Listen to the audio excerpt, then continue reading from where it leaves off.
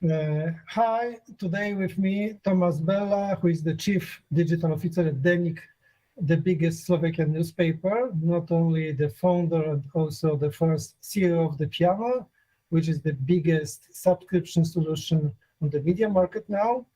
We have the great opportunity to talk about most digital issue with such a specialist.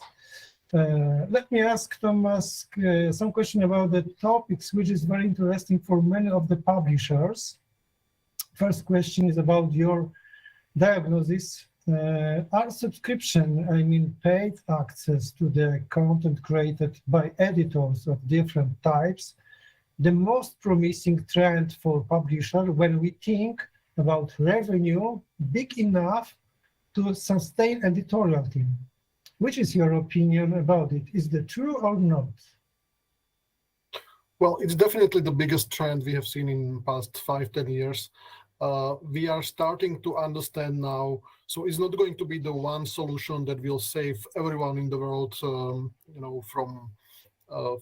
bad things happening. But we are now starting to starting to understand what kind of publishers can rely on subscriptions more, and what kind of publishers can't really rely on that. So, and it's to simplify that, basically, the more expensive your journalism is, and the higher the quality is that you are producing, the more you probably need to be on the scale closer to the subscriptions and farther from the advertisement. So many different publishers are doing many different things. Usually, if you are focused mostly on the mass audience, you have millions of readers, you have a lot of random readers which only visit you very rarely, for example, but you have very attractive topics, then advertisement is still probably going to be even in the future very important source for you. So that's one end. If you are on the other end, which we are, for example, so our paper, we have about 70% of the revenue from subscriptions, because we do the very expensive kind of journalism and very high quality. And also expensive means a lot of investigative pieces, a lot of really long pieces where you spend days and weeks, sometimes months, actually doing one thing and so on. So the more expensive that is, the harder or the more impossible it is to actually survive just on advertisement, and the more you have to actually rely on subscriptions. And the great trend of the last 10 years is that we didn't have a great model when 10 years ago for such a high quality papers or high quality content. And now it seems like some of those actually have a good model in subscriptions, but it's still going to be very different mix of subscriptions, advertisement, and other revenue sources, because every publisher is different. So for each one, it will be a slightly different answer to that question. Okay. My next question is about the process. When I think about the subscription itself, what's the biggest difficulty you have to face in process of building revenue from users? Is the digital transformation of editors more or human or technological problem nowadays? How did you manage with the problem with Denik newsroom now? So for us, the biggest challenge probably was the human part of that, and it's probably for most of the publishers. So switching from, because all our company is actually built around subscriptions. So we have all our reporters are actually getting the data about what is working in subscription, what does not work. They are even getting bonuses based on what kind of articles sell the biggest number of subscriptions, And this process even started before Denik existed. In the old paper, when we started explaining really 10, 15 years ago to people that we cannot rely on advertisement forever. And we have to start locking some of your articles that will be behind the paywall. And this is of course a huge issue. Like journalists who for many years lived in the world where the more page views you have, the better your output is. Of course, there was a huge resistance. I don't want my article to be behind the paywall because it needs to be read by as many people as possible, and so on. So that's so it goes all the way from active resistance through passive resistance, and you actually need even to move even through the passive resistance, and you need to employees to actively understand, actively help the. It sounds bad that when I say help business, but actually help to understand that they need to create something that has a value, you know. But then there is kind of a switch where they have to make a leap of faith, which we did at the beginning. Like, okay, we either focus on the subscriptions or we will not survive. And then when they make the leap of faith, they start to understand that, okay, this is actually better for journalism as well, you know, because the old model where all we cared about was page views, and if you put sex in the headline, you had a lot of page views, you know, so you were successful and you got the bonus. This was not really aligned with the journalism values, you know.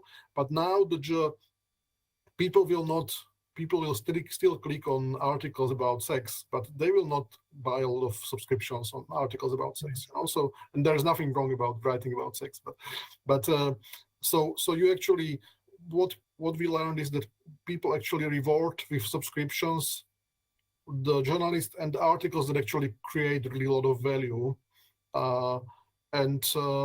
While no one will be all the time like 100% happy about what are the numbers and what I think my article should be better and it's not really working well, actually in the subscription model, the journalistic values are actually much more aligned with the business values than in the old advertising model. And also, and I think this is the really fantastic news for journalism, because finally now we have the model where, you know, we are not clashing with the business interest of our company, but, you know, the journalists and the business actually are actually aligned, you know.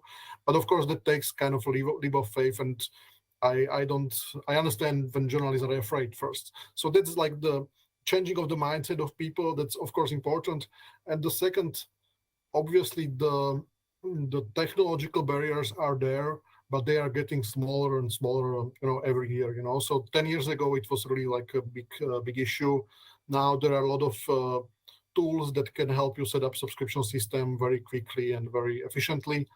There are still some, I would say, like on the border of culture and technology, especially in Central Europe. Like we have this couple of issues.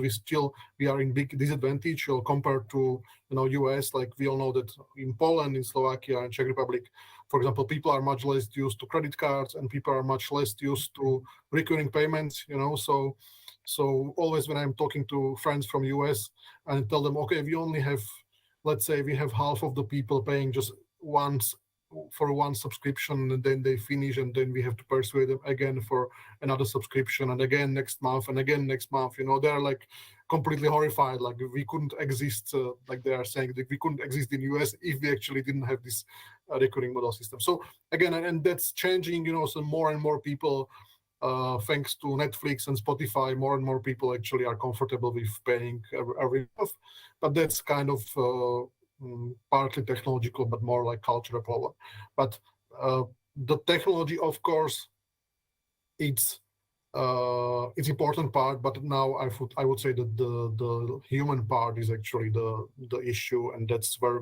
And always when we are working on some subscription project with some publisher, we always say like, okay, if there is only marketing in the room, and if there is only marketing and technology, then the project will not work. You need to actually have editor-in-chief in the room, and he has to be the one who actually starts the project. Otherwise, you know, it will for sure fail.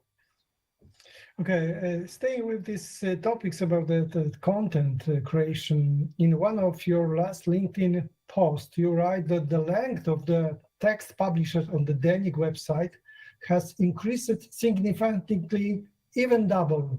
Can you explain the reason and effect of such a change? Has this process had a strong impact on increasing the number of online subscribers or not? Yeah, this is really fascinating for me. So 8 years ago when Denik started, we had our typical article was 4,000 characters long. And now last year it was almost like 9,000 characters long. You know? So it was more than doubled, you know, the average. And the important thing is that we never told reporters, please write longer articles. You know, the editors are still there to try to kind of cut it to being as short as possible. That's still their job, the same as it was 8 years ago. But the system we have is that we are constantly feeding journalists the data about what actually works, like what kind of articles people actually want to buy and people actually want to read. And a lot of the people actually changed their habits, like changed how they work, you know. So for example, typical example is the sports department. Like other sports writers, typically they really write a lot of articles, like the match was finished, so I have to publish something very, very quickly, and people expect 2 articles per day, something like that. We had and the first sport writer we hired, he was thinking whether he should be doing this, but in the end he realized, okay, it's actually more effective if I only write 1 article per week, because if I really, every week, if I bring something very exclusive, like some interview with a famous football player that no one had for last half year and so on, it actually much more, I'm spending time much more effectively, and people actually value that much more, you know. So a lot of the people switched from, I don't have to produce a lot of the stuff every day or every week.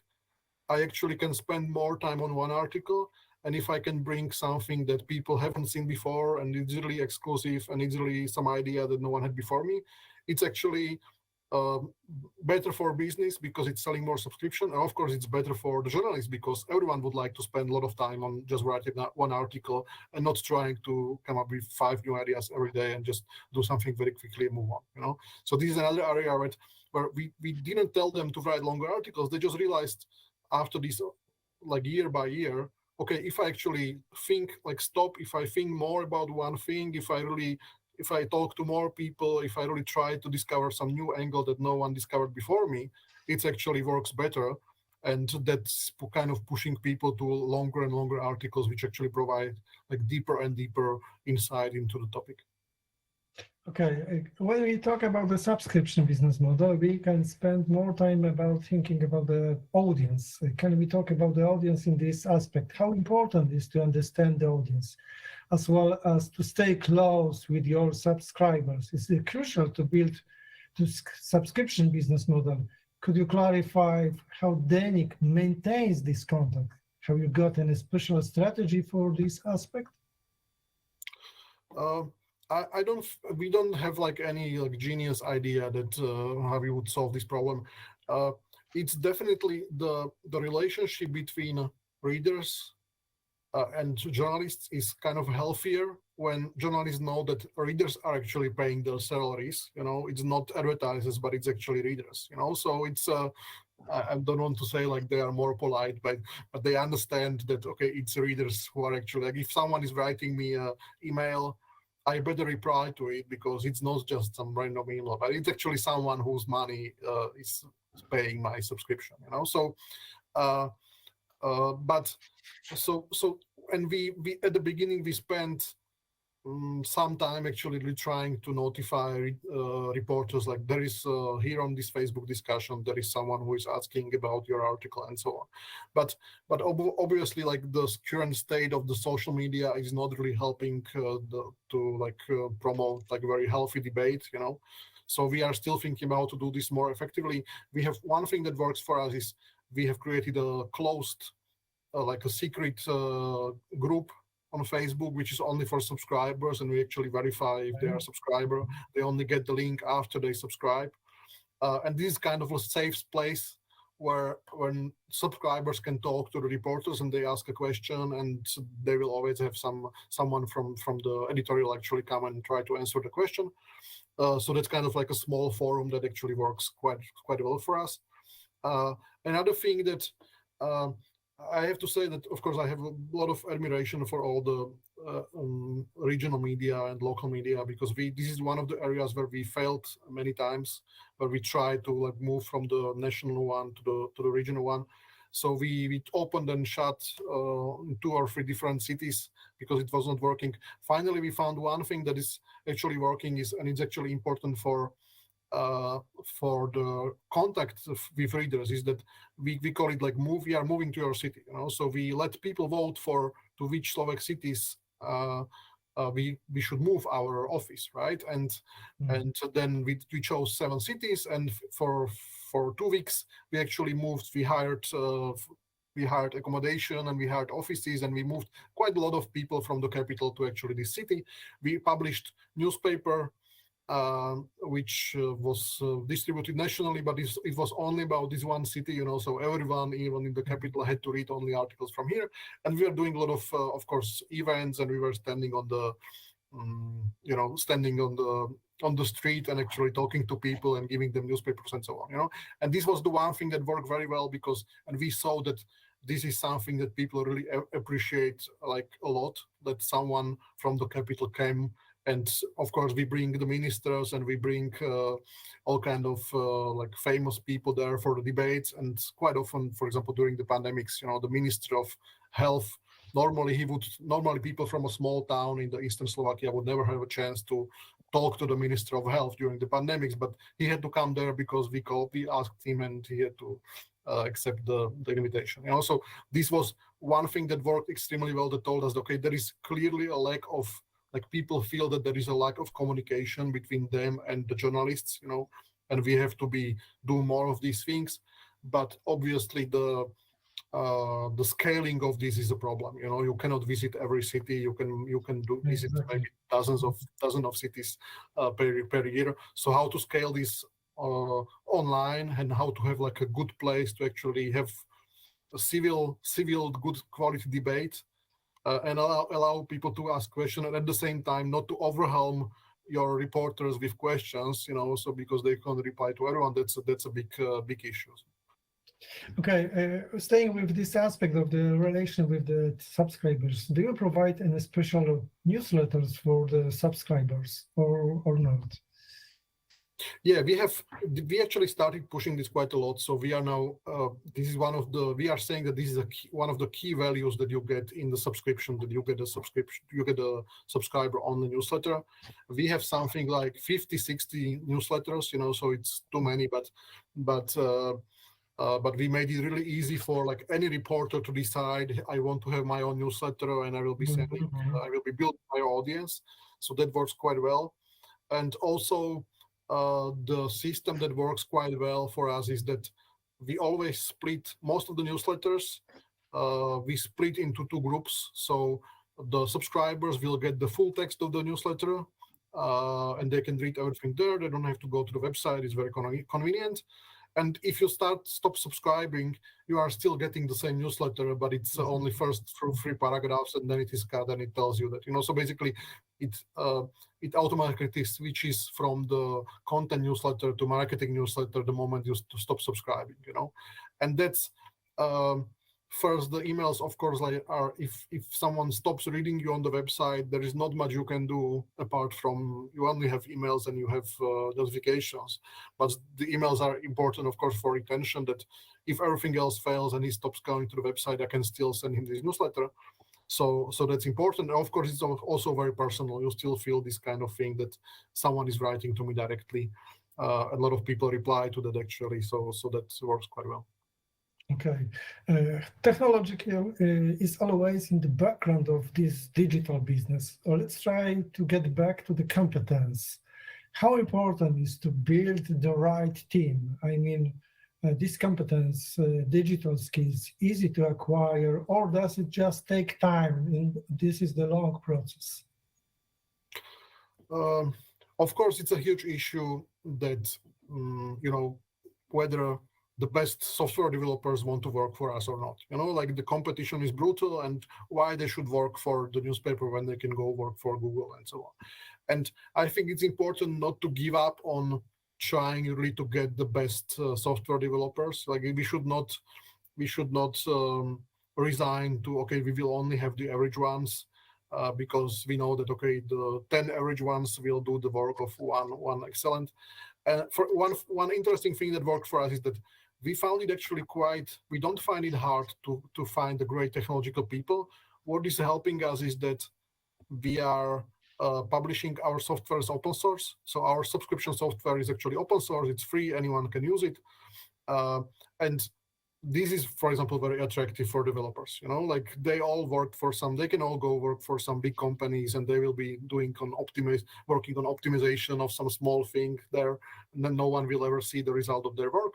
But by nature, a lot of the developers are attracted to open source because they know, oh, now I'm not only working for them again, but dozens of publishers all around the world will actually see my work and they actually can use it, and it's kind of not only helping my employer, but it's kind of helping the world because we are releasing everything for free and others can use it. So we didn't know that this will work like that, but thanks to this, we were actually able to attract really top quality people. Of course, the slight issue then is you have to, the salaries of the developers are completely different than the salaries of journalists, so then you somehow have to make it work inside of the company so that you don't have someone getting paid 10 times more than the reporter or something like that. So that's an issue, but it's there. We have no other chance than just try to have the best people in the technological department as well.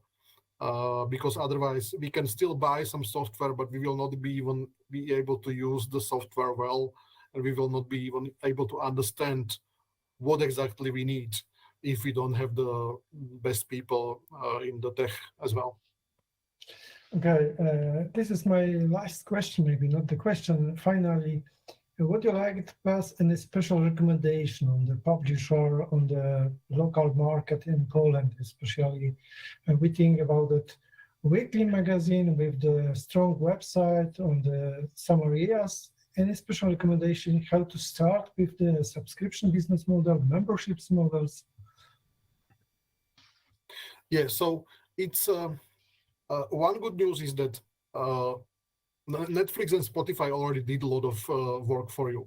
In Polish case, I would say that Gazeta Wyborcza also already did a lot of work for you, even if you are a competitor, right? Because we know that by far the hardest work is getting people to pay for the first time, So if someone bought a subscription of Gazeta Wyborcza, is much more likely to buy a subscription to some local newspapers in the future. It's like the first payment is the problem. The second payment, third payment is not such a huge problem. So it's much easier to start with subscriptions now than it was 2 years ago, 5 years ago. It's also a lot of the technological tools are available, and also a lot of the know-how is already available, So if you go to, INMA or Vanifra, they have all kind of conferences where they are showing what works, what doesn't work. And of course, the big problem for the local news is that in US, kind of the biggest or the last unsolved problem is the monetization of the local news, So it's not like everyone has everything solved, but still just walking around, visiting like a couple of newsrooms in some other countries and seeing what the big guys are doing, you can get very far with just basically copying what the others are doing. I was always like, the funny joke we had is that we always want to be the first one to copy the New York Times. We had that joke like 15 years ago, and that was the biggest newspaper in Slovakia at the time. And so quite often, just having the expertise of deciding correctly what to copy from the New York Times will actually get you very far, in our part of the world. So it's getting easier and easier every year, and the sooner publishers start, the sooner they actually start collecting some know-how themselves, the better will be the result, and the sooner they will get actually some good result. Thank you very much, Tomas. That was a very interesting conversation. Thank you, and I hope that position Denik on the Slovakian market could be stronger in next months, next years. Could you tell us something about that? What is the current figures for Denik in the business subscription model? Yeah, so we have something like almost 70,000 subscribers. So this is a country 7 times smaller than Poland. So if you want to make some comparison, so it's almost something between 1.5 and 2% of adult population has our subscription. So that's quite a good result. And we also have a newspaper in Czech Republic. We started last year publishing in Hungarian, so we have now 3 languages. So the only language we are missing from the Central Europe is Polish. Polish, yes. But we don't have any plans there yet. And again, as I mentioned, for example, the software we have, if everyone can go and take our software and use it for free, we have spent millions of euros in actually creating it. And, any Polish publisher can go and actually borrow some ideas or actually borrow the code and start using it. So I think this is much easier. I think that there is, my understanding is that, for example, compared to Czech Republic and compared to Hungary, the Polish market is quite advanced already in the subscriptions. So there are already a lot of people who have the knowledge, and there is no reason why that knowledge shouldn't be spreading more and more to the smaller and smaller companies, as it naturally should be happening in all the businesses. Thank you very much, Tomas. Thank you, and good luck in the future. Thank you very much. Bye. Thank you for the invitation, and good luck to everyone in Poland. Good luck.